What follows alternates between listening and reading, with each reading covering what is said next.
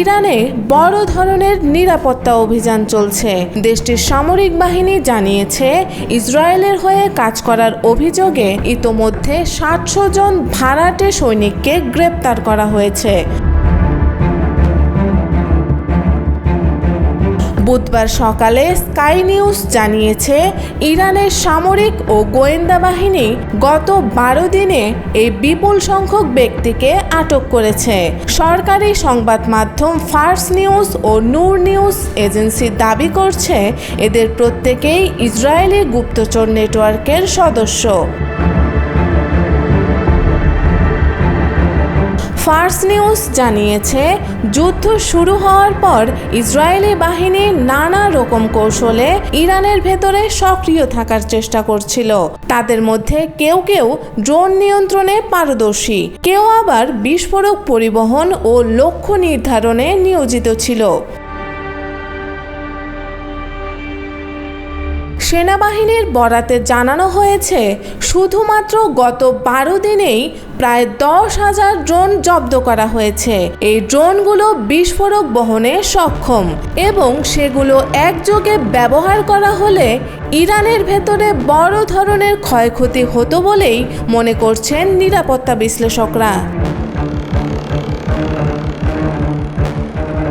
তবে এই গ্রেপ্তার হওয়া ব্যক্তিদের পরিচয় এখনও প্রকাশ করেনি ইরান। নিরাপত্তার স্বার্থে তদন্ত গোপন রাখা হচ্ছে বলে জানিয়েছে দেশটির কর্তৃপক্ষ। ফার্স নিউজ দাবি করেছে, এদের অনেকেই মধ্যপ্রাচ্যের বিভিন্ন দেশের পাসপোর্ট ব্যবহার করেছিলেন এবং পূর্ব থেকেই প্রশিক্ষণপ্রাপ্ত। ইরানের সংসদ ইতোমধ্যে এ ঘটনার নিরাপত্তা ও পরমাণু কর্মসূচিকে ঘিরে আরও কড়াকড়ি আরোপ করেছে।